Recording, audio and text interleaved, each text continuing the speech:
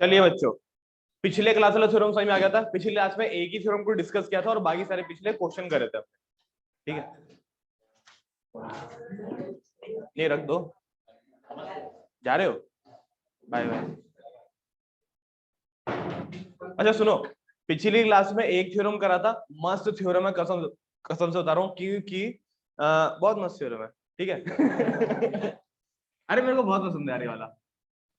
ठीक है ना, थ्योरम मतलब सही नहीं है कि मतलब एक आर्क है, ये तुम्हारे सेंटर पर भी एंगल बना रहा है और यही आर्क जो है वो तुम्हारे बाउंड्री पर भी एंगल बना रहा है। लेकिन ट्विस्ट पता है क्या है? ट्विस्ट है ये कि जो सेंटर पर एंगल बनाएगा ना, वो बाउंड्री वाले एंगल के डबल होगा। क्लियर है कि नहीं है? तो अगर मैं आर्क को नाम दे देता हूं ए बी और इस बाउंड्री वाले पॉइंट को नाम दे देता हूं मैं पी, और सेंटर हो गया तुम्हारा ओ, तो सेंटर पर बनने वाले एंगल को नाम दिया जाएगा ए ओ बी और बाउंड्री पर बनने वाले एंगल को नाम दिया जाएगा A P B. A O B A P B. Boundary पर बनने वाला एंगल क्या होगा? दुगना होगा। बच्चों बताओ, क्या आपको समझ में आया यहाँ तक का? लेकिन एक और बात बताऊं, ध्यान तो सुनना। अरे सुन ले भाई, एक और बात बताऊं, इस डायग्राम के ना दो वेरिएशंस और हैं। समझे इसका मतलब? वेरिएशन मतलब पता है आपको क्या होता है? हो ही नहीं सकता तुमको ना बताओ। तुम लोग जूता लेने गए हो कभी या कपड़े लेने गए हो कभी?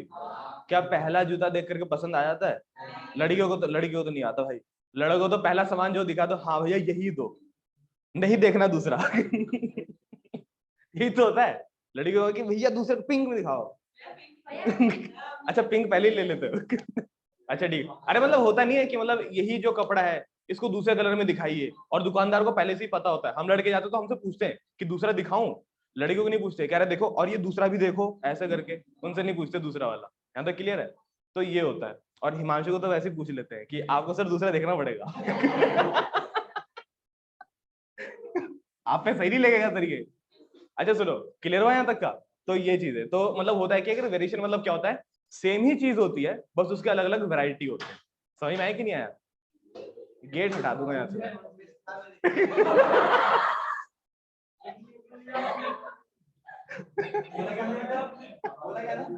कुछ नहीं, बाहर तक आवाज आ रही है क्या?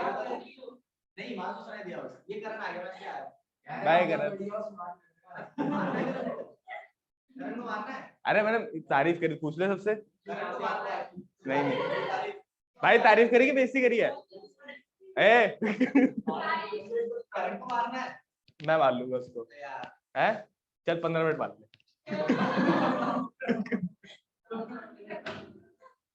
ओए सुनो, यहाँ तक समझ में आ गया? चलो ठीक है। अरे सुनो सुनो, इसके दो वेरिएशन हो रहा है। देखो आइडियल तो यही है, यहाँ तक क्लियर है? मतलब कि जब हम सबसे पहले एग्जांपल सीखते हैं ना, तो वो इसी के हिसाब से सीखा जाता है। लेकिन इसके दो वेरिएशन और है, और उनको भी प्रूव करने का तरीका एग्जैक्टली सेम है। समझ में आया कि नहीं आया? तो हो सकता है कि यार पेपर में ना इस क्वेश्चन को कई और तरीके से पूछा जा सकता है। कह रहे कि यार पहले तो देखो ये स्टैंडर्ड तरीका है, इसमें पूछते नहीं है, इसमें सीधा स्टेटमेंट दिया जाता है कि देखो भैया ऐसे ऐसे स्टेटमेंट है। क्या स्टेटमेंट है?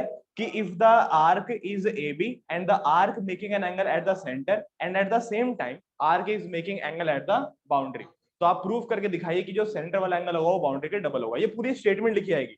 ध्यान रखिएगा बच्चों, पेपर में जितनी भी थ्योरम आने वाली है वो सारी की सारी स्टेटमेंट बेस्ड होने वाली है। समझ में आया कि नहीं आया? यानी कि आपको थ्योरम तो दिमाग में रखनी है, उसकी स्टेटमेंट भी दिमाग में रखनी है, प्लस उस स्टेटमेंट में फिगर कैसे बन रही है वो भी आपके दिमाग में रखनी है। और ये कोई बहुत बड़ी बात नहीं है, ये कोई बहुत बड़ी बात नहीं है। अगर आप थ्योरम पता है, आप थ्योरम 50 क्वेश्चन में लगा चुके हो, तो आपको थ्योरम याद नहीं होगी क्या? अगर आपको थ्योरम याद है तो आपको फिगर याद नहीं रही होगी क्या? समझ में आया कि नहीं आया? तो ये उतनी बड़ी भी बात नहीं है। तो ये तो हो गया इसका पहला वेरिएशन। यहाँ तक क्लियर है? तो जहां पर तुमने थ्योरम एंड करी थी उसी के बगल में बनाइए इसका दूसरा वेरिएशन। लेकिन पहले बोर्ड में देखो, पहले बोर्ड में देखो। दूसरा वेरिएशन है बच्चों इसका ये। भाई साहब अब नहीं बढ़ा रहा मैं, सर्कल बन गया। क्लियर है यहाँ तक का? जिंदगी का यही तो मकसद था, सर्कल बनाना। इधर क्लियर है यहाँ तक का? ठीक है बच्चों, ये दिखाई दे रहा है छोटा सा आर्क। ठीक है, अब हमने यहां पर बना दिया एक बड़ा सा आर्क। दिखाई दे रहा है? जो छोटा आर्क होता है उसे हम लोग कहते हैं माइनर आर्क, और ये वाला आर्क हम लोग कहते हैं मेजर आर्क। इसे बोलते हैं ए, इसको बोलते हैं बी। यहां तक क्लियर है? तो हम लोग अभी इस आर्क के बारे में बात कर रहे हैं। समझ में आया कि नहीं आया? अब जैसे ये करता था, क्या करता था, ये जो आर्क था ये सेंटर पर भी एंगल बना रहा है और ये वाला बाउंड्री पर भी एंगल बना रहा है, सेंटर पर भी बाउंड्री पर भी। ये आर्क भी सेंटर पर एंगल बनाएगा, देखो ऐसे करके दिखाई दे रहा है। ये आर्क सेंटर पर एंगल बना रहा है, यहां बनेगा एंगल, और यही आर्क बाउंड्री पर भी एंगल बनाएगा। समझ में आया कि नहीं आया? और बाउंड्री पर एंगल बनेगा ये वाला। बात समझ में आई कि नहीं आई? तो इस वक्त सेंटर पर बनने वाला एंगल ना बाउंड्री वाले एंगल के अभी भी डबल के बराबर होगा। बताओ समझ में आया कि नहीं आया? नहीं समझे बात को? अभी भी सेंटर पर बनने वाला एंगल बाउंड्री का डबल होगा। तो यहाँ पर सेंटर पर बनने वाला एंगल कौन सा है बच्चों? ए ओ बी, ठीक है ना? एंगल ए ओ बी बराबर में 2 times of angle A P B. यहाँ तक क्लियर है? लेकिन एक और बात बता दूं यार, देखो सबसे पहले तो यार आर्क मैंने तुमको बता दी, 2 टाइप के होते हैं। एक होता है छोटा आर्क, जिसे माइनर आर्क कहते हैं, एक होता है बड़ा आर्क, जिसे हम मेजर आर्क कहते हैं। जो मेजर आर्क होता है ना वो सेमी आर्क से बड़ा होता है। सेमी आर्क पता है वो क्या होता है? सेमी सर्कल पता है क्या होता है? सेमी सर्कल मतलब क्या होता है? Exactly half circle. और जो मेजर आर्क होता है ना वो सेमी सर्कल से थोड़ा सा क्या होता है? बड़ा होता है। इसलिए जो माइनर आर्क होता है ना वो सेंटर पर जो एंगल बनाएगा वो 180 डिग्री से छोटा होगा कि नहीं होगा? दिमाग लगाओ। जो माइनर आर्क होगा जो सेंटर पर एंगल बनाएगा वो 180 डिग्री से छोटा होगा कि नहीं होगा? आया समझ में कि नहीं आया? और जो मेजर आर्क होगा वो 180 डिग्री से बड़ा एंगल बनाएगा कि नहीं बनाएगा? देखो 180 तो ये पे खत्म हो गया, ये जो बाकी के फालतू एक्स्ट्रा एंगल मिल रहे हैं हमको ये तो 180 से बड़े हैं। बात समझ में आई कि नहीं आई? और हमको एक बात बताई गई थी, पता है क्या? कि यार 180 से बड़ा कोई भी अगर एंगल होता है ना उसे हम लोग बुलाते हैं रिफ्लेक्स एंगल। क्या बुलाते हैं उसको? Reflex angle. इसीलिए ना जब हम यहाँ पर एंगल एओबी बोलते हैं तो यहाँ पर आप एक वर्ड और जोड़ दो, उसे क्या बुलाएंगे हम लोग? रिफ्लेक्स। यानी कि reflex angle AOB is 2 times of angle APB. क्या सबको यहाँ तक की बात समझ में आई? नहीं समझे बात को? Reflex angle AOB is 2 times of angle APB. Reflex angle clear हुआ? पक्का? देख लो, चलो ठीक है, पक्का समझ में आ गया ना? हाँ हाँ बिल्कुल एग्जैक्ट। अभी इसमें क्या करा था तुमने मेरे को बताओ? यही किया था, पी और ओ को जोड़ा फिर आगे खींच दिया, फिर 2 ट्रायंगल बन गए। सेम यहाँ पर भी करना है, पी और ओ को जोड़ो आगे खींच दो। देखो ये हो गया सेंटर, ठीक है। अब आपको इस ट्रायंगल में और उस ट्रायंगल में नजर मारना है। ध्यान से देखिएगा तो यार ओ ए और ओपी बराबर होगा कि नहीं, और ओपी और ओ बी बराबर होगा कि नहीं? पता है क्यों? रेडियस है, सेंटर से बाउंड्री को कनेक्ट करने वाली लाइन को ही रेडियस कहते हैं। तो ये भी रेडियस, ये भी रेडियस और ये भी रेडियस। इस ट्रायंगल के हिसाब से इसके 2 साइड बराबर है, तो जिसके 2 साइड बराबर होते हैं 2 एंगल बराबर होते हैं, तो ये x होगा तो ये भी x होगा। इस ट्रायंगल की भी 2 साइड बराबर है। हमको पता है कि यार जिस ट्रायंगल के 2 साइड बराबर होते हैं 2 एंगल बराबर होते हैं, तो ये वाला एंगल इसके बराबर होगा, यानी कि ये y होगा तो ये भी y होगा। और हमने एक और बात पिछली क्लास में डिस्कस करी थी कि अगर 2 साइड अगर बराबर है ना तो जरूरी नहीं कि यार वो 2 अलग अलग ट्रायंगल के एंगल भी बराबर होंगे। समझ में आया कि नहीं आया? पता है क्यों? क्योंकि भाई मैं एक ऐसा ट्रायंगल भी बना सकता हूँ जिसकी 2 साइड 6 सेंटीमीटर है, मैं ऐसा भी ट्रायंगल बना सकता हूँ जिसकी 2 साइड 6 सेंटीमीटर है। दिखने में सेम लग रहे हैं क्या? नहीं, एक आम तो एक इमली लग रहा है, ठीक है नहीं? तो यही सेम टू सेम यहाँ पर है। अच्छा अब ध्यान सुना, अब यहाँ पर एक प्रॉपर्टी इस्तेमाल करेंगे हम लोग ट्रायंगल की, exterior angle property. Exterior angle property क्या आती है कि यार जो बाहर बनने वाला एंगल होता है ना वो इन दोनों के सम के बराबर होता है। मतलब सिर्फ इतने एंगल की बात कर रहा हूं मैं। इसे कहते हैं एक्सटीरियर एंगल प्रॉपर्टी, कि जो बाहर बनने वाला एंगल होगा इसके और इसके सम के बराबर होगा। तो ये रहा बाहर बनने वाला एंगल, आप इसको चाहे तो नाम सी दे दो, पी क्यू दे, हाँ चल पी क्यू दे देते हैं, तेरी मान लेते हैं इसका, ठीक है ना? इसको नाम हमने क्या दे दिया? क्यू। तो यहाँ पर जो बाहर वाला एंगल बनेगा ए क्यू बी, ये वाला इसके 2 टाइम्स के बराबर होगा, यानी कि ये 2x होगा। नहीं समझे? ठीक है ना? और ये बाहर वाला जो एंगल होगा वो इसके सम के बराबर होगा, ये 2y होगा। इस पूरे को जोड़ दो तो रिफ्लेक्स एंगल एओबी बनता है। यहां तक क्लियर है? यानी कि आपका ये रिफ्लेक्स एंगल एओबी जो है वो तुम्हारे 2x + 2y के बराबर होगा, अगर ये पूरा जोड़ दे तो। नहीं समझे? इसमें से भी अगर आप 2 कॉमन ले लो तो अंदर बच जाएगा x + y, जो कि इसके बारे में बात हो रही है। x + y को हम वो लोग कह सकते हैं क्या? Angle A B B. तो इसका प्रूफ भी एग्जैक्टली सेम ही है जो पिछले वाले में आपने करा था, बस यहाँ पर क्या है, फिगर बदल गई है। क्या आपको समझ में आया कि नहीं आया? पक्का क्लियर है? कोई डाउट तो नहीं किसी को? तो पेपर में अगर इसका प्रूफ आए ना तो यार पक्का इसको ट्राई को मतलब ट्राई क्या करो, कर क्या ना इसको। क्लियर है कि नहीं है? पक्का? देख लो, ठीक है। इसको वेरिएशन बना लो, बस ये फालतू की चीजें मत बनाना, ये आर वार ये सब चीजें है। फर्स्ट तो बन ही रखा है, सेकंड बनाना। दोबारा बनाओ क्या यार, सर्कल मिटाने का मन नहीं कर रहा यार। अब जितने क्वेश्चन होंगे ना ये अगल बगल होंगे, ये नहीं मिटेगा।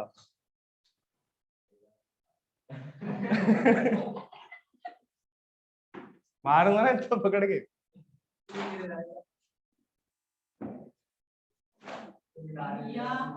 अरे मैंने यही मिटा दिया क्या?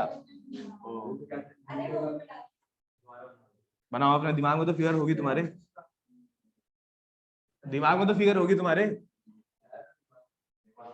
दिमाग नहीं है।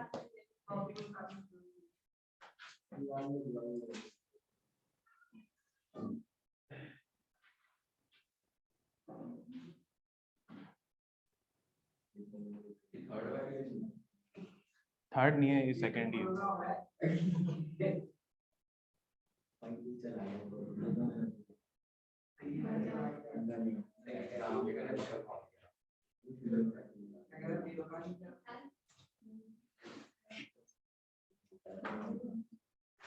चलो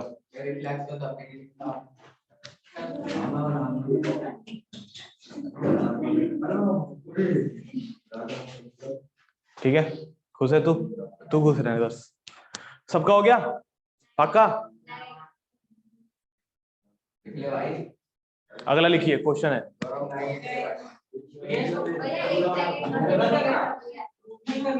कर लेना बाद में, सेम कॉपी पेस्ट मार दिया भाई, कुछ करना नहीं है। अगला लिखो क्वेश्चन, प्रूव दैट थ्योरम, हाँ थ्योरम ही मान लो, वैसे थ्योरम तो नहीं है ये ना, एक टाइप की एक कंडीशन है, ठीक है ना, ये एक टाइप की कंडीशन है। थ्योरम नंबर 8 लिखवाई थी ना, इसको आप लोग बोल दो थ्योरम नंबर 8.1। हाँ थ्योरम नंबर 8.1 लिख दिए हो? ठीक है लिखिए। Angle subtended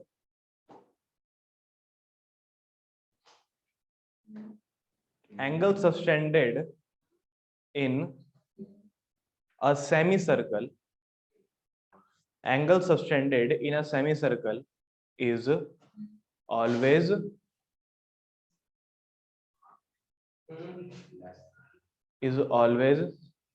at right angle.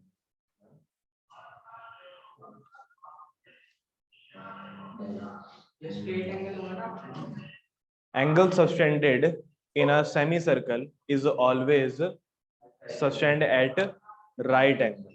लिख दिया? ठीक है, फिगर देख लो पहले एक बार, इसको मिटा दूं? हो गया कॉपी? ठीक है, कॉपी बोलना ठीक वर्ड नहीं है यार, नकल कर ली तुमने?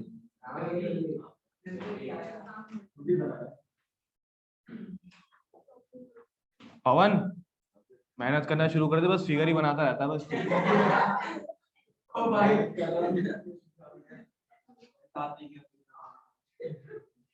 फिगर ही बनाता रह जाएगा पेपर में।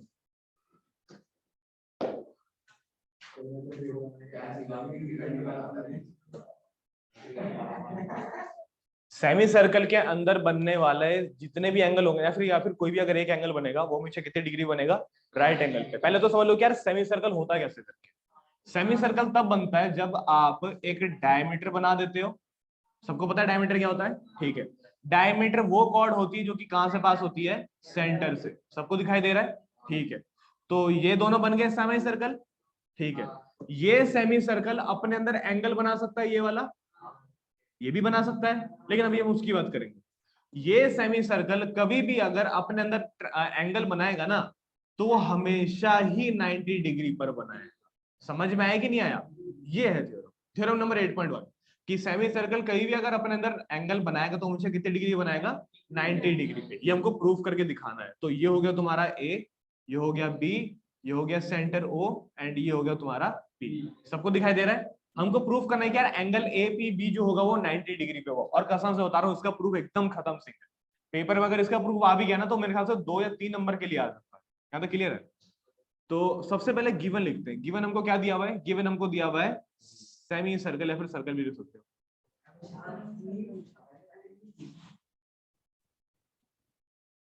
Circle with centre O to prove. क्या प्रूव करना है कि यार यहाँ पर बनने वाला एंगल कितने डिग्री का होगा? 90 डिग्री का। तो ये रहा प्रूफ करने का जो लिखना है, एंगल APB बराबर में कितना? 90 डिग्री। समझ में आया कि नहीं आया? एंगल APB कितने डिग्री का बनाना है? 90 डिग्री। क्योंकि APB 90 डिग्री बनाना है तो इसलिए मैं अभी ये सिंबल हटा रहा हूँ, क्योंकि अभी तो 90 डिग्री है नहीं है। समझ में आया सबको? ठीक है, तो कोई एक्स्ट्रा कंस्ट्रक्शन की जरूरत नहीं है, आप सीधा इसका प्रूफ यूज कर सकते हो। सबसे पहले बोर्ड पे देखो, कॉपी मत करो। नितिन है कॉपी करता होगा, मत कर खुशी। देखो ये बहस करने का तरीका पुराने जमाने से चलता आ रहा है।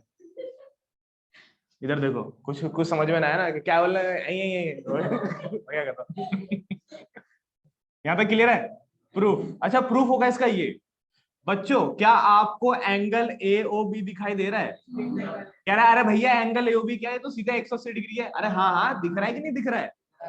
तो एंगल AOB है तुम्हारा 180 डिग्री। यहां पर आप रीजन लिख सकते हो, स्ट्रेट एंगल लिख सकता हूं, ठीक है। AOB is a straight angle, straight line होती है। हाँ अबे स्ट्रेट एंगल स्ट्रेट लाइन होगी ना। क्लियर है अंदर का? लिख लो स्ट्रेट लाइन लिख लो। या फिर इसका सबसे अच्छा रीजन तो मेरे ख्याल से ये लिखना चाहिए तुमको कि AOB इज अ डायमीटर। जो तुमको लिखना हो लिख लो, जो कि इस 180 डिग्री को जस्टिफाई कर रहा हूँ। आया समझे कि नहीं आया? ठीक है, अब सुनिए सुनिए तो AOB 180 डिग्री का बन गया। अच्छा ये आर्क माना जा सकता है, ये आर्क सेंटर पर भी एंगल बना रहा है, ये आर्क बाउंड्री पर भी एंगल बना रहा है, सेंटर पर भी एंगल बना रहा है, बाउंड्री पर भी एंगल बना रहा है।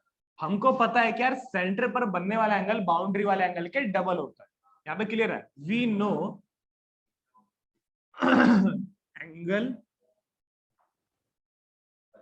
subtended at center is double the angle, अरे subtended at बाउंड्री। समझ में आया कि नहीं आया? सेंटर पर बनने वाला एंगल क्या होता है? हमेशा बाउंड्री के डबल होता है। समझ में आया कि नहीं आया? तो इस हिसाब से हम लोग बोल सकते हैं कि यार एंगल AOB जो कि सेंटर पर एंगल बन रहा है वो बाउंड्री के डबल होगा। तो एंगल AOB जो है वो 2 टाइम्स ऑफ एंगल APB होगा। हमको पता है कि यार एंगल AOB की वैल्यू है 180 डिग्री, तो यहां पर हमने पुट कर दिया 180 degree. 2 times of angle APB। 2 से 180 कितनी बारी में? 90 बारी में। तो देयरफॉर एंगल APB बराबर में हेंस प्रूव्ड हो गया एंगल APB। अगला लिखिए थ्योरम 9। अगला लिखिए थ्योरम 9। ये था थ्योरम नंबर 8.1 कि कभी भी सेमी सर्कल के अंदर एंगल बनेगा। अबे इतना नहीं लिख पाया 5 मिनट में तो क्या करेगा तू बता?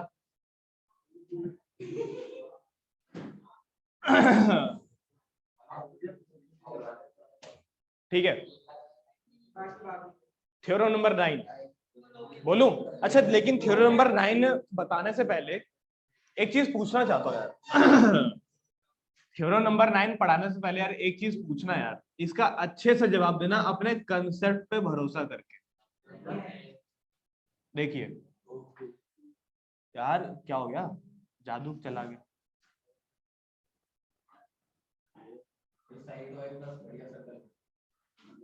ठीक है देखिए, सर्कल गोल बन जाता है, रोटी नहीं बनता। देखो तो ये हो गया arc A and arc B। सबको दिखाई दे रहा है?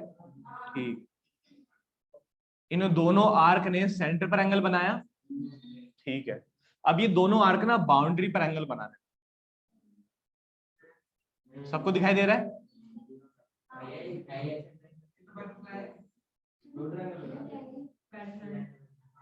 सुनिए, अरे सुनो इधर, ये आर्क सेंटर पर एंगल बना रहा है, यही यार बाउंड्री पर भी एंगल बना रहा है, लेकिन इस बार वो बाउंड्री के दोनों कोने पे एंगल, मतलब 2 बार एंगल बना रहा है।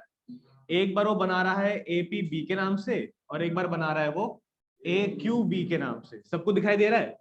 एक बार आर्क आपका पी पे एंगल बना रहा है और एक बार एंगल क्यू पे बना रहा है। सबको दिखाई दे रहा है? तो ठीक है, तो मैं बोल सकता हूँ कि यार ये सेंटर वाला एंगल इसके भी दुगना होगा और इसके भी दुगना होगा। कह सकते हैं ऐसा? क्या एक ही सेंटर पर बनने वाला एंगल है, 2 एंगल के 2 टाइम्स हो सकता है? हैं? अच्छा क्यों? इसको तो चलो समझ में आता है, इसका भी होगा। क्यों ऐसा क्यों? क्योंकि यार बाउंड्री पर कोई भी एंगल बना रहा हो ना यार, कोई भी एंगल बना रहा हो वो हमेशा उसके डबल होगा। अभी तो मैंने यहाँ पर 2 बनाए, अगर यहाँ पर मैं 10 भी बना देता ना, तो सेंटर वाला एंगल उन 10 एंगल के डबल के बराबर। समझ में आया कि नहीं आया? इसका और कुछ कंक्लूजन निकालूं? इसका और कंक्लूजन ये निकल सकता है कि अगर ये वाला इसके भी डबल के बराबर है, इसके भी डबल के बराबर, तो इसका मतलब तो ये दोनों आपस में बराबर हो गए। क्योंकि अगर मैं ऐसा बोलता हूँ कि यार अगर ये 20 डिग्री है तो यार ये भी 10 डिग्री होना चाहिए, ये भी 10 डिग्री होना चाहिए। क्योंकि यार आप 10 का डबल करके तो 20 करते हो ना। नहीं समझे? यानी कि 2 10 आपस में बराबर रहे होंगे। नहीं समझे बात को? पक्का क्लियर हुआ? यानी कि अगर ये सेंटर पर बनने वाला एंगल बाउंड्री के 2 एंगल के डबल के बराबर है, यानी कि वो बाउंड्री पे जो 2 एंगल बन रहे हैं ना वो आपस में भी बराबर है। समझ में आया कि नहीं आया? तो अगर मैं यहाँ पर ये वाला एंगल बना देता हूं, अगर यहाँ पर मैं ये वाला एंगल बना देता हूं, तो ये भी भाई साहब, ये भी क्या होगा? ये भी 10 हो गया। यानी कि ये तीनों आपस में बराबर होंगे और ये तीनों के तीनों सेंटर के हाफ के बराबर है। समझ में आई बात की नहीं आई? पक्का क्लियर हुआ? अब एक ऐसी फिगर जो कि पता नहीं एक बार पेपर में आई थी और इतना कंफ्यूजिंग था भाई, वो इतना कंफ्यूजिंग था, बच्चों को पता ही लगा कि यार इतनी सिंपल सी थ्योरम वहां पे लगाई जा सकती है। बहुत सिंपल था, लेकिन यार थ्योरम ना बहुत कॉम्प्लिकेटेड करके बताती है। बता रहा हूं भाई, ये दिखाई दे रहा है? ठीक है।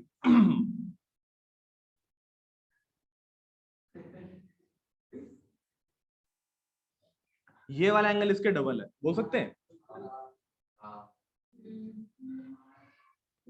यहां पर बनने वाला एंगल इस वाले एंगल के डबल के बराबर होगा, कह सकते हैं ऐसा?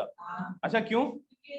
क्योंकि अभी भी तो आर्क यहाँ पर सेंटर पे एंगल बना रहा है और यही वाला आर्क बाउंड्री पर एंगल बना रहा है। अच्छा एक बच्चा बोला कि भैया ये मतलब थोड़ा ये लाइन के ऊपर मिल नहीं गया। कह रहे क्या फर्क पड़ता है भाई, इससे कोई फर्क नहीं पड़ता मेरे ख्याल से। यहाँ तक क्लियर है कि नहीं है? यहाँ से कोई फर्क नहीं पड़ता भाई, ये मिल गया तो क्या दिक्कत है, जब तक ये अगल बगल से जा रहा था। अभी इसके ऊपर से जा रहा है, कोइंसाइड करके जा रहा है, तो कोई फर्क नहीं पड़ता। अभी भी सेंटर पर बनने वाला एंगल इसके डबल होगा। लेकिन एक और फैक्ट बताऊं तुमको, अगर मैं ए से बी तक जोड़ दूंगा ना, तो यहाँ पर 90 डिग्री भी बनेगा। बताना क्यों? बताओ क्यों? अच्छा 90 क्यों बनेगा यहाँ पे? एकदम सही, क्योंकि भाई साहब जैसी ये इसके ऊपर से चलते हुए गया ना, अब ये सिंपल कोई एक पीक जैसी कॉर्ड नहीं रही, अब ये एक डायमीटर बन गया है। समझ में आया कि नहीं आया? और डायमीटर यहाँ पर 180 बनाता है, तो वो अपने अंदर हमेशा क्या बनाएगा? 90 बनाएगा। बात समझ में आई कि नहीं आई? नहीं समझे बात को? तो भाई साहब ऐसे करके क्वेश्चन आते हैं, अगर थोड़ा सा भी अगर हार्ड लेवल पे आए तो। क्लियर हुई बात यहाँ तक की? तो इसके ऊपर ध्यान से नजर रखना भाई, क्योंकि यार ऐसे फिगर कंफ्यूज करने के लिए ही आते हैं। वो हो सकता है कि यार तुमको मैंने 3 4 बातें कंटिन्यूशन में बता दी हो, तो तुमने यहाँ पर भी दिमाग लगा लियो, लेकिन अगर ये अचानक से पेपर में आ जाएगा ना, तो हो सकता है कि दिमाग के फ्यूज हो, भाई साहब ये क्या होगा, ये क्या होगा।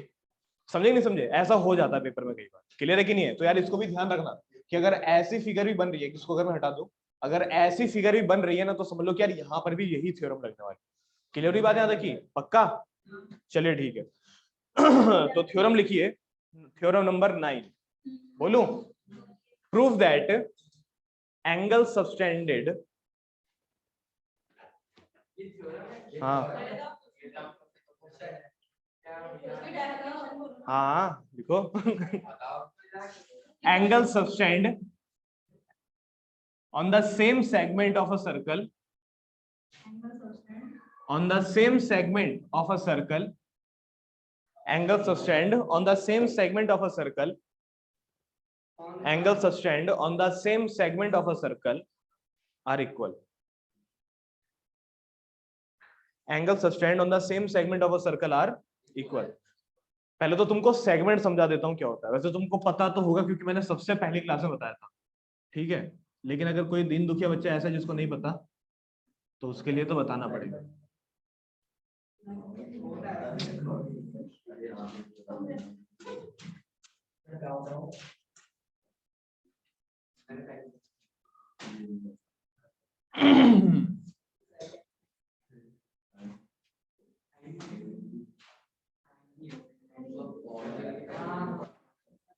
देखिए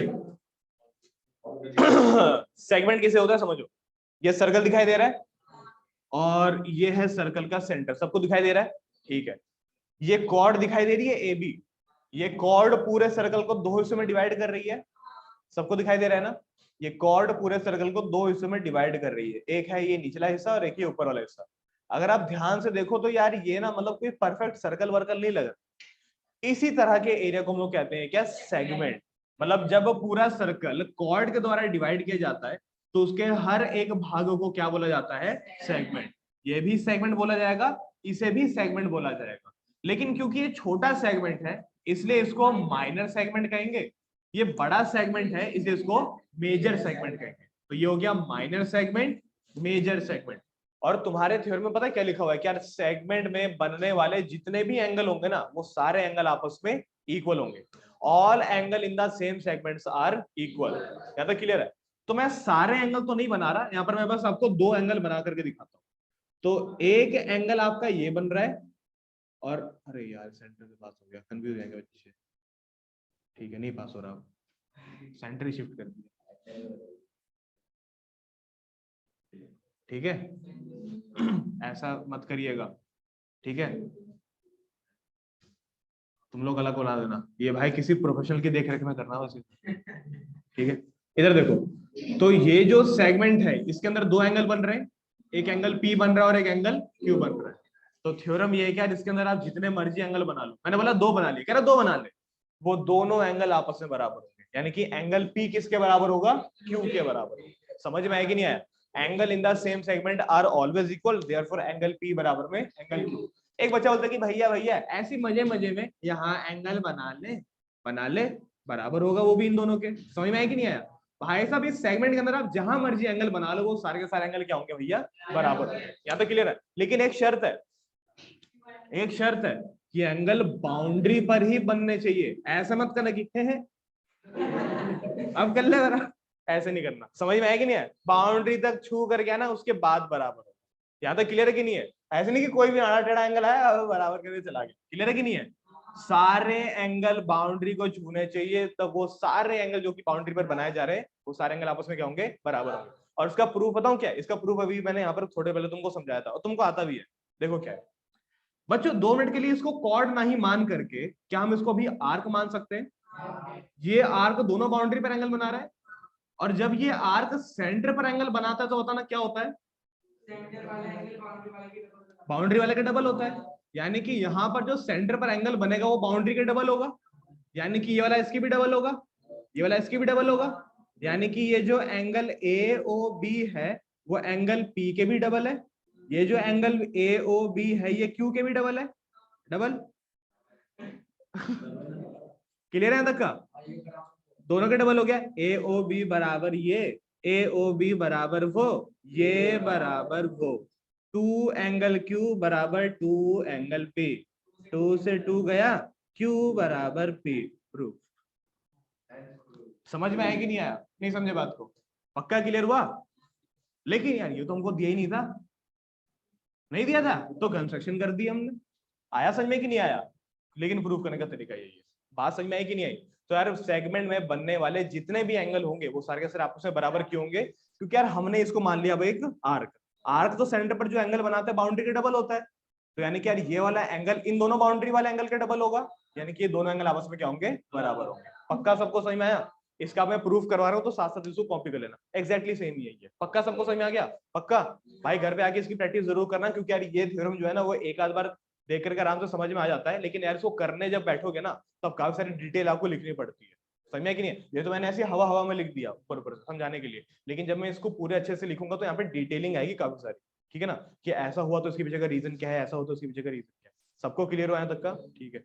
तो बस फिगर नोट करिए, स्टेटमेंट लिख दिया तुम लोगों ने, ठीक है। तो स्टेटमेंट लिखिए, बाकी गिवन विवन में बताता हूँ, ठीक है ना। गिवन गिवन क्या दिया हुआ है, circle with centre O and A B is a cord.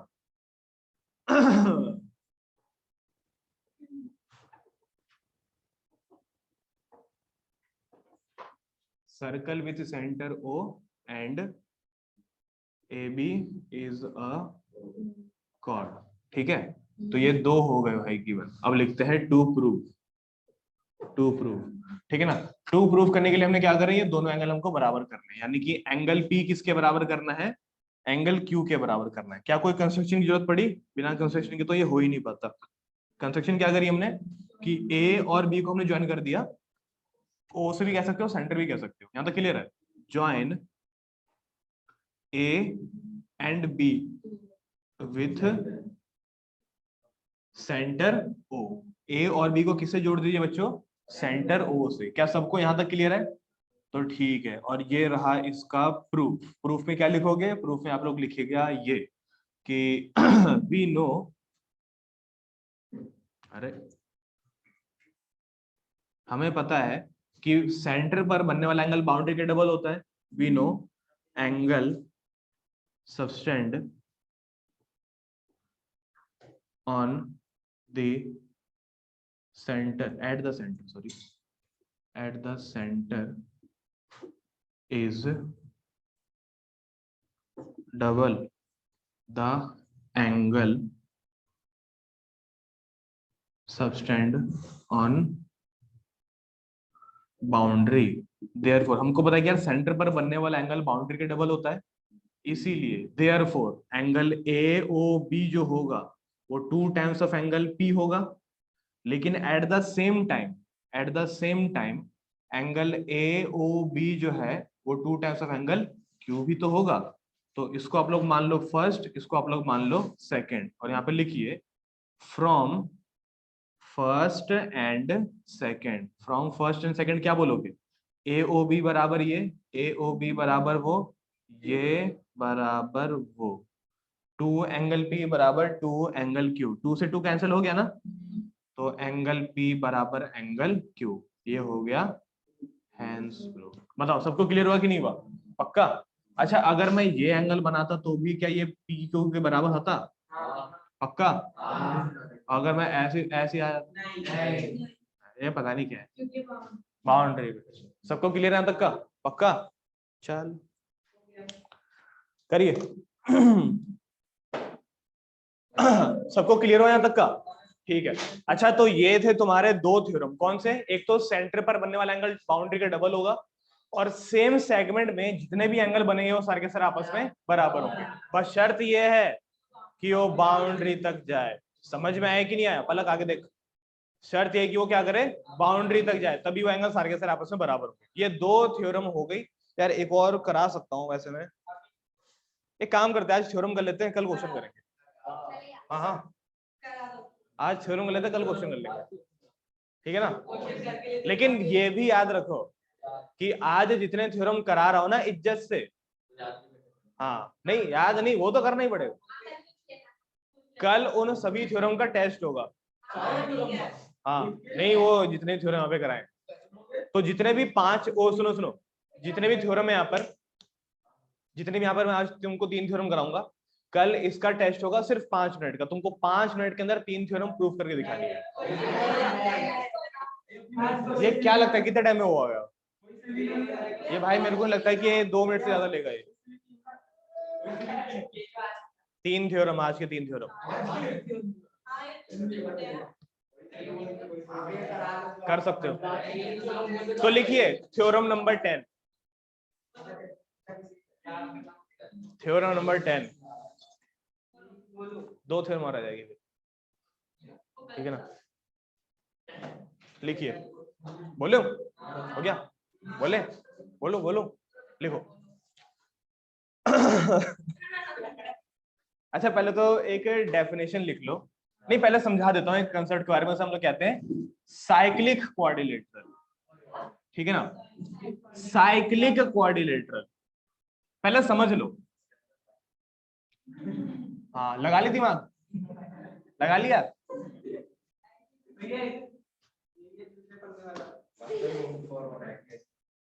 Cyclic quadrilateral होता है जिसमें साइकिल चला, साइकिल पढ़ लिया मैंने 9th क्लास। भाई अच्छा एक हिंदी में एक वर्ड होता है कुकुरमुत्ता, पता तुमको किसे कहते हैं, किसे कहते हैं बताओ। मशरूम को कहते हैं। ये बताना क्या समझा होगा?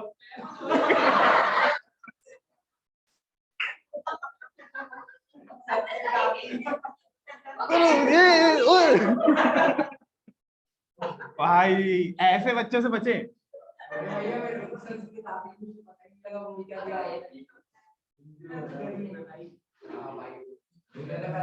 मशरूम को कहते हैं, मशरूम को। भाई देखो, साइकिल कोऑर्डिनेटर, साइकिल कोऑर्डिनेटर पता नहीं क्या सबको यहाँ पे दिखाई दे रहा है?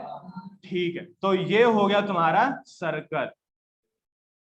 अच्छा, सर्कल की ये चारों बाउंड्री देखी, ओ सर्कल की बाउंड्री में आपको ये चारों पॉइंट दिखाई दे रहे हैं? ठीक है, मैं क्या करता हूँ कि मैं सर्कल की बाउंड्री में ये चारों पॉइंट को पहले तो आपस में कनेक्ट कर देता हूँ। तो मैंने ये चारों पॉइंट कनेक्ट कर दिए। भगवान कनेक्ट हो जाओ, हो गया, कनेक्ट हो गया। इसको नाम दे दिया हमने ए बी सी डी। यहाँ पे क्लियर है? ठीक है, और मैं ऐसे यहाँ पर एक नन्हा सा सर्कल बना रहा हूँ। अरे नहीं नहीं, देखो देखो देखो, दिख रहा है? ठीक है, ये हो गया A B C and D, सबको दिखाई दे रहा है? ठीक है, तो बच्चों इसमें से ना एक है साइक्लिक क्वाड्रिलेटरल और एक है एक साइक्लिक क्वाड्रिलेटरल नहीं है। तो बताना किसको माना जाएगा, किसको नहीं माना जाएगा? इसका नाम है फर्स्ट, इसका नाम है सेकंड। इसमें से कौन सा साइक्लिक क्वाड्रिलेटरल है तुम्हारे अपने नॉलेज के हिसाब से? फर्स्ट वाला है, ये वाला नहीं है। अच्छा, क्यों नहीं है? एक क्या, दो है, ये भी बाहर। यहाँ तक क्लियर है कि नहीं है? तो इसका मतलब क्या, साइक्लिक क्वाड्रिलेटरल उसे कहते हैं जिसके चारों के चारों पॉइंट जो हैं वो सर्कल की बाउंड्री में होते हैं। हाँ, उसे ही कहते हैं साइक्लिक क्वाड्रिलेटरल, यानी कि एक ऐसा क्वाड्रिलेटरल जिसके चारों के चारों पॉइंट सर्कल की बाउंड्री में ही लाई करे। यहाँ तक क्लियर है? पक्का समझ में आया? इस क्वाड्रिलेटरल में और नॉर्मल क्वाड्रिलेटरल में क्या फर्क है? क्योंकि इसकी भी चार साइड है, इसकी भी चार साइड है। एक नॉर्मल क्वाड्रिलेटरल के भी चार कोने होते हैं, इसके भी चार कोने होते हैं। तो क्या फर्क है इसमें और एक नॉर्मल क्वाड्रिलेटरल में?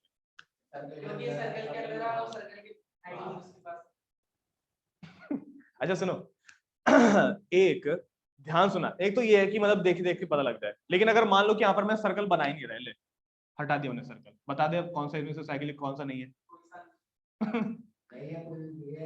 इसमें से एक साइक्लिक है, इसमें से एक साइक्लिक नहीं है। बताओ कैसे पता लगेगा? मैं बताऊं कैसे पता लगेगा? इसकी ना एक थ्योरम है बहुत मस्त सी, पता है क्या? पता लगाने के लिए कि यार कौन सा क्वाड्रिलेटरल साइक्लिक है और कौन सा क्वाड्रिलेटरल साइक्लिक नहीं है। पता है क्या है थ्योरम? थ्योरम है ये कि एक क्वाड्रिलेटरल के जब अपोजिट एंगल का सम जब 180 आ जाए ना, तो वो साइक्लिक कहलाता है। समझ में आया कि नहीं आया?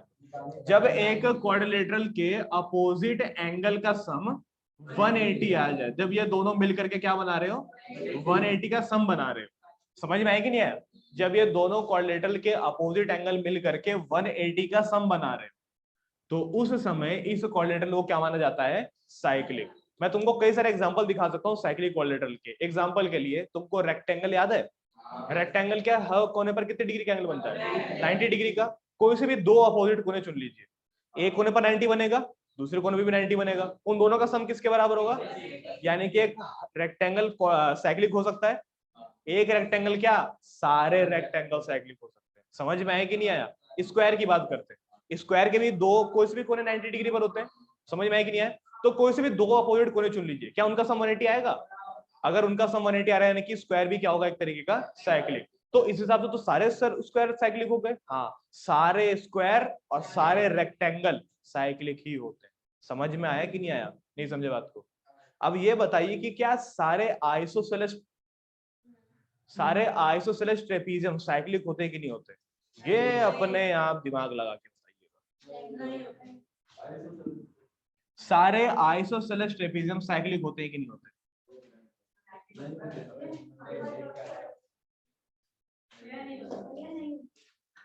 कसम से करब है, कसम से नहीं। देखो तो पहले एक साइक्लिक क्वाड्रिलेटरल की डेफिनेशन लिख लो, पहले छोटी सी जगह है वहां पे थ्योरम के ऊपर, ऊपर कहीं पे नहीं है? तो एक काम करो, नोट क्या कह रहा है? तो एक काम करिए, एक छोटा सा नोट लिख लीजिए, क्योंकि यार ये डेफिनेशन लिखनी जरूरी है यार, मैं भूल गया था। डेफिनेशन लिखिए साइक्लिक क्वाड्रिलेटरल की। If all the vertex, vertex मतलब समझते हो? कोना, if all the vertex of a quadrilateral, if all the vertex of a quadrilateral situated on the boundary of a circle, if all the vertex of a quadrilateral situated on the boundary of a circle, then the quadrilateral is known as a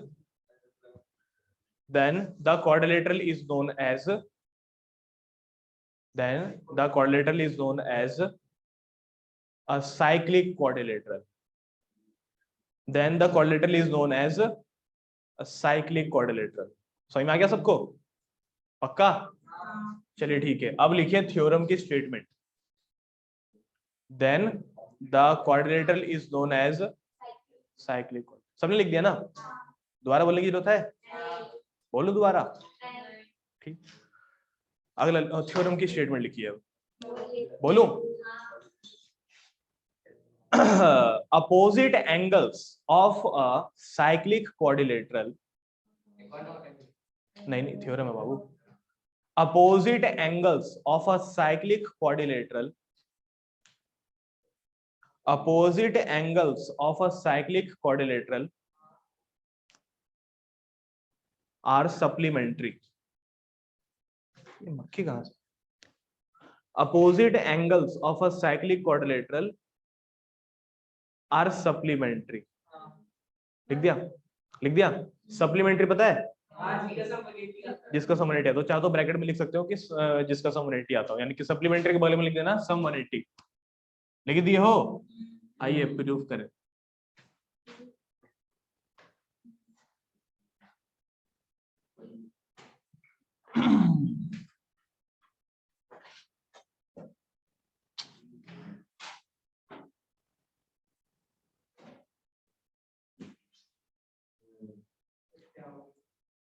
क्या हुआ?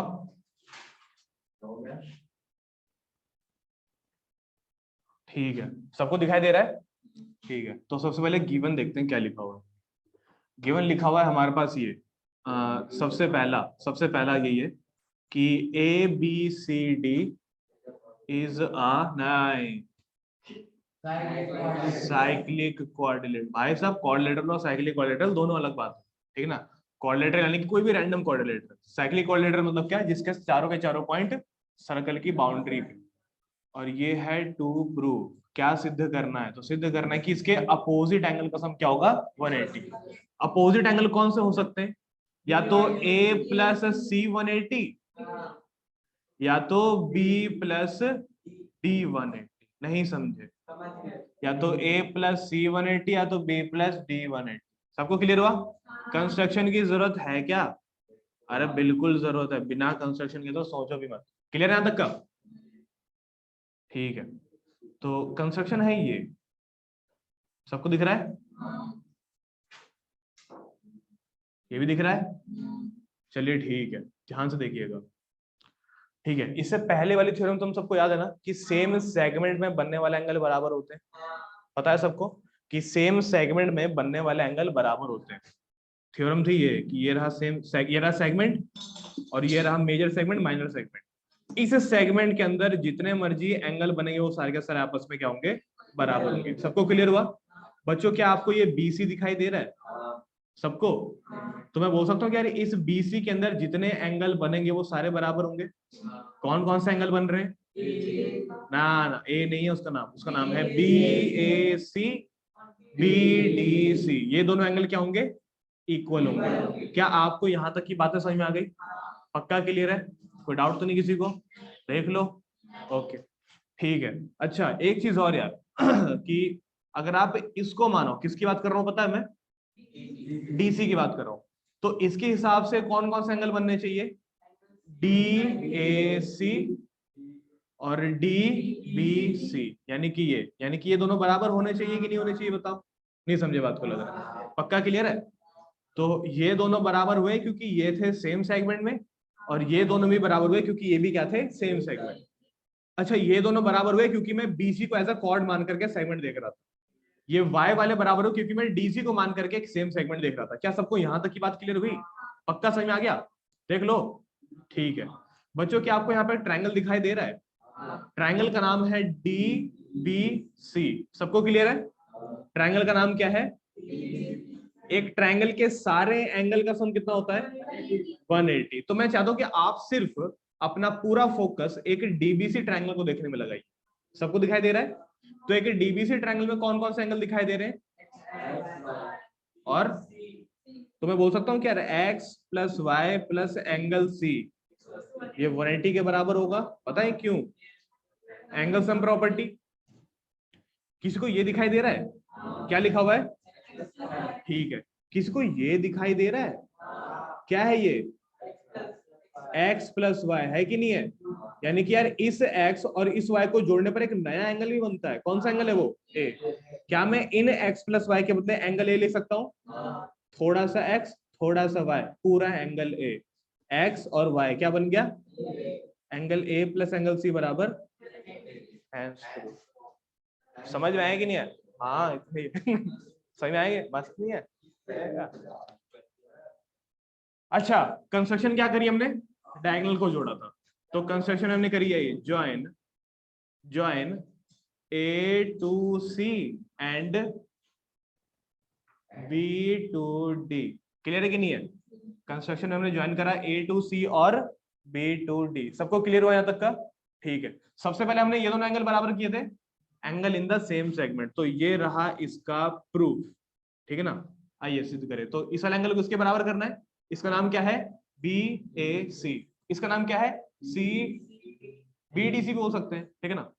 तो angle B A C बराबर B D C angle in the same segment are equal. Angle in the same segment are equal. सबको clear हुआ यहां तक का? तो मैंने बी ए सी और बी डी सी की टोटल वैल्यू को क्या मान लिया मैंने? एक्स मान लिया। इसको मैं लिख देता हूँ।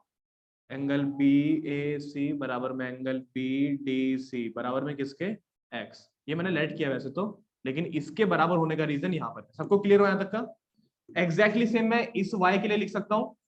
इस एंगल का नाम क्या है? D A C. इसका नाम क्या है? डी बी सी।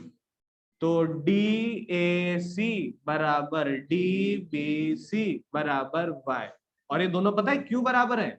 क्योंकि क्योंकि angle in the same segment are equal. समझ में आ रहा है? वही तो लिखा है। राइटिंग समझ में आ रही है? वही तो लिखा है। क्या हुआ? क्लियर है तक का? तो चलो ठीक है। सबको पक्का समझ में आ गया? ठीक है। इसके बाद आपको देखना है ये कि now in triangle DBC in a triangle DBC. ठीक है ना? ट्रायंगल के तीनों एंगल का सम कितना होता है? 180। तो मैं चाहता हूं कि आप ट्रायंगल डीबीसी देखो, इसमें एंगल एक्स और वाई और एंगल सी का सम 180 करके दिखाओ। तो X plus Y plus angle C किसके बराबर होगा? 180 के। क्लियर है तक का? ठीक है। हमको पता है कि यार एक्स प्लस वाई को जोड़ करके तो एंगल ए भी बनता है।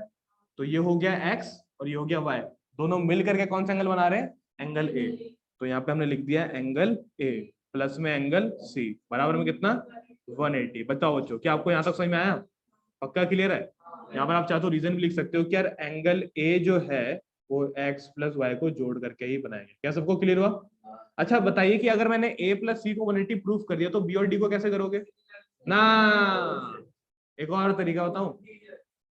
सुन ले,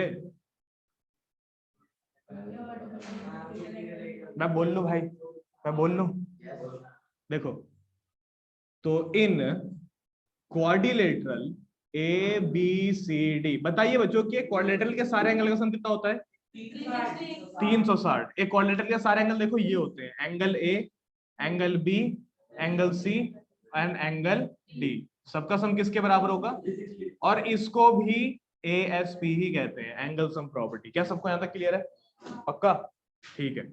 जिसमें से कि ए और सी को जोड़ के पता है कितना आ रहा है? 180। तो यहां से मैं ए और सी गायब कर दूंगा और इनके बदले में मैं लिख दूंगा 180 और बी और डी को रहने दो, तो एंगल बी ऐसे ही रहने दिया, एंगल डी भी ऐसे ही रहने दिया। किसके बराबर चल रहा है? 360। ये 180 माइनस हो जाएगा, तो angle B plus angle D बराबर में 360 माइनस 180 यानी कि 180। लिख दूं क्या? समझ गए? Hence proved. A plus C बराबर 80, बी प्लस डी बराबर 180। सबको क्लियर है यहाँ तक का? अपने आप कर सकते हो? कितने बच्चे अपने आप कर सकते हैं? मिटा देता हूँ। हो गया 500 बच्चे। अच्छा सुनो बच्चों, सबको यहाँ तक क्लियर है? पक्का समझ में आ गया? अब एक काम करना, कल की क्लास में ये सारे के सारे थ्योरम पूछे जाएंगे, ठीक है ना, रिटन फॉर्म में। तो इन सभी थ्योरम की प्रैक्टिस घर पर बैठ के करना, और इनके ऊपर बेस्ड जितने भी क्वेश्चन होंगे ना, ए सुनो सुनो, इनके ऊपर बेस्ड जितने भी क्वेश्चन है, या फिर इस थ्योरम का जो भी रिवर्स वर्जन है, इस थ्योरम का देखो यार, हर थ्योरम का एक रिवर्स वर्जन होता है कि अगर ऐसा तो ऐसा होगा, समझेगा ना, ऐसा करके, समझ गए? तो हर थ्योरम का रिवर्स वर्जन होता है। तो यहाँ पर मैंने जितने थ्योरम कराई है ना, उन सभी थ्योरम का एक ना एक रिवर्स वर्जन जरूर है। यहाँ पे क्लियर है कि नहीं है? उसको हम लोग नेक्स्ट क्लास में डिस्कस करेंगे और क्वेश्चन भी करेंगे, ठीक है ना। जब तक आप इन सारे के सारे थ्योरम की प्रैक्टिस करके आना घर से, और बस इतना ही है। All the best, bye bye.